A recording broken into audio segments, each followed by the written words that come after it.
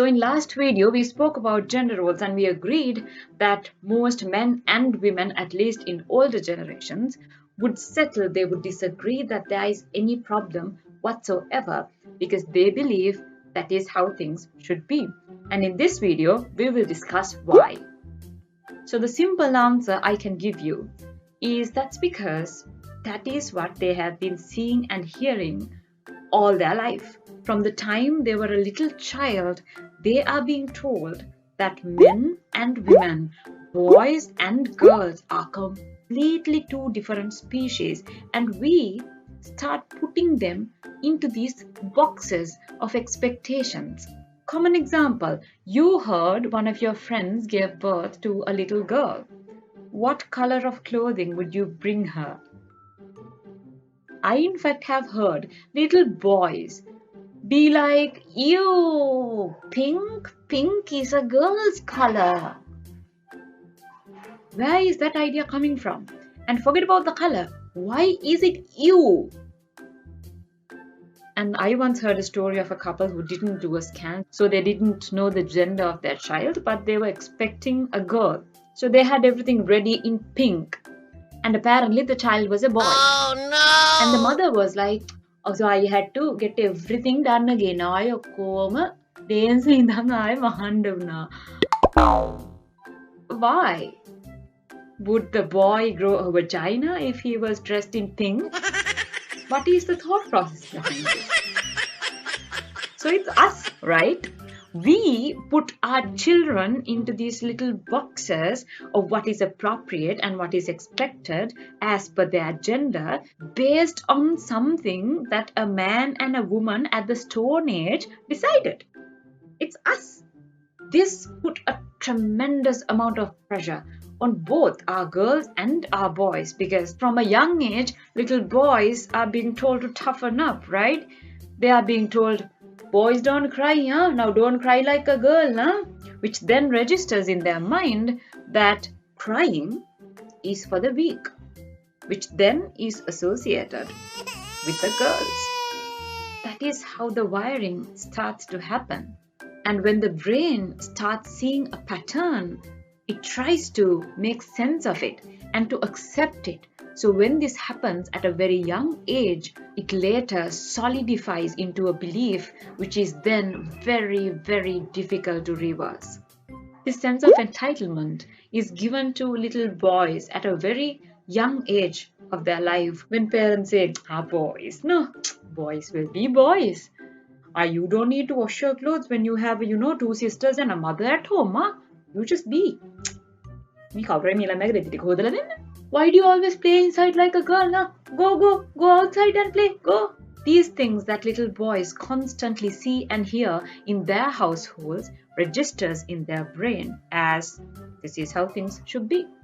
When they never see their father or their primary male role model never in the kitchen, never cooking, never doing the dishes, never taking care of a baby, never attending to younger siblings, it becomes far more difficult for the little boy to engage himself in such activities when he grows up because now his brain has confirmed that these actions are not manly enough. They are women's duties. A man shouldn't do it, Tombo. Man shouldn't do it. I saw that biology teacher talking about a man cleaning the house as a really bad thing. Oh no! So what's the problem? It's his house too. And if it's dirty, someone has to clean it. Right?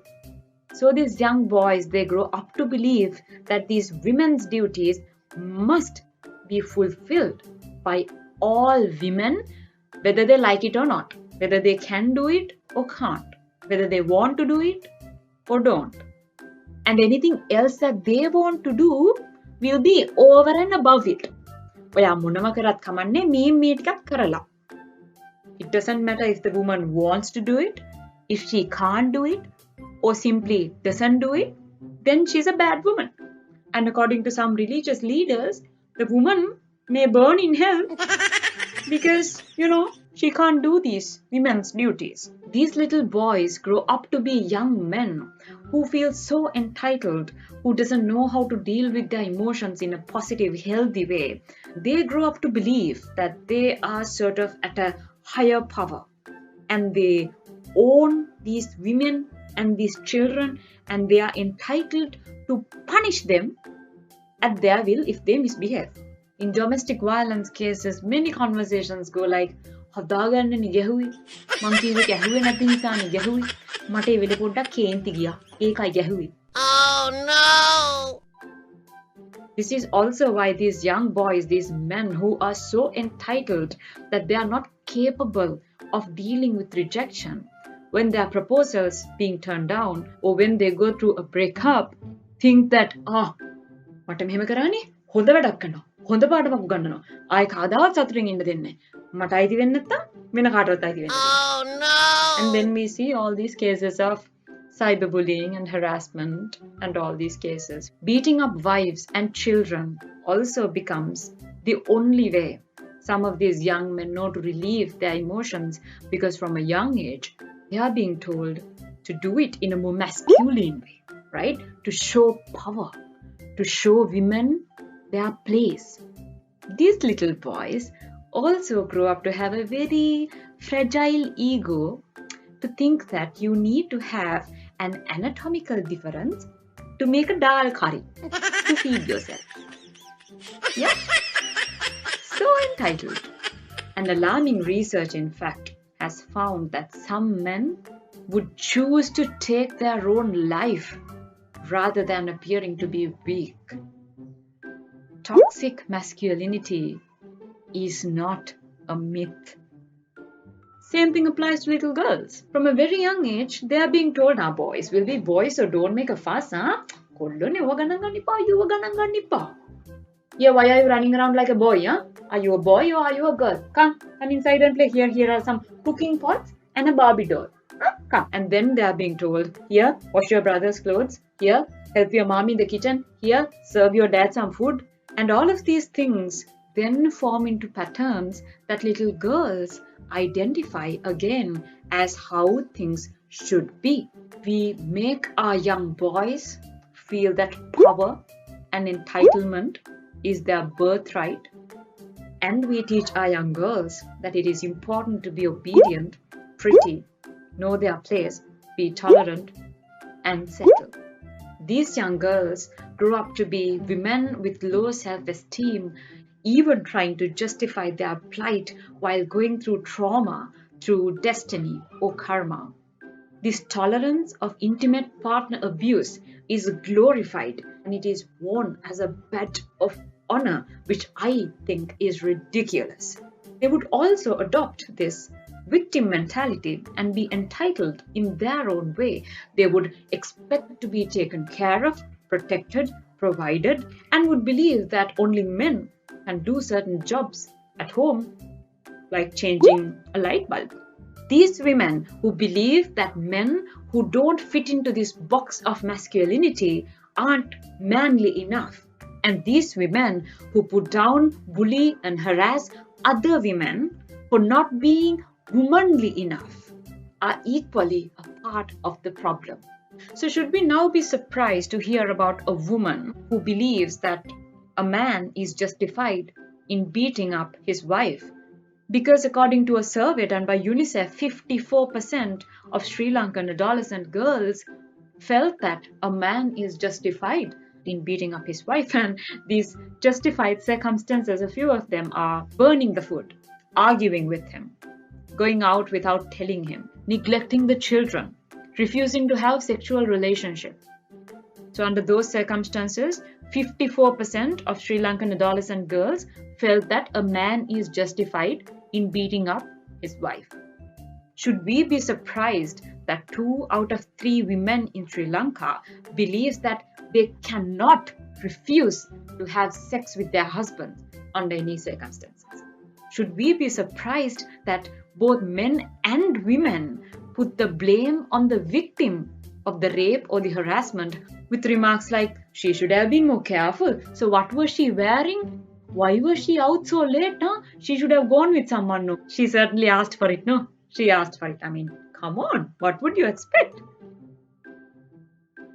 Should we be surprised that in Sri Lanka, a woman is raped every 90 minutes and 95% of women are sexually harassed in public transportation? Should we be surprised of a senior DIG of police who believes that a slight assault, abuse or threat to a wife by a husband is not very serious? Because that is a part of our culture, values, and ethics. Should we be surprised? Are we still going to shake our heads in denial that there's nothing wrong or unequal about the current system? Or are we going to do something that will help break the chain? Are we going to tell our children that a home should be a place of partnerships and companionships, not about power and hierarchy? Are we going to continue to put them into boxes and tell them what they should be and what they can be? Or are we going to help them enjoy their freedom of choice and tell them they can be whoever their hearts desire to be? Whether you're a man or a woman, this is a conscious decision that you have to make. And I do hope that you would choose wisely, if not for you, for generations to come.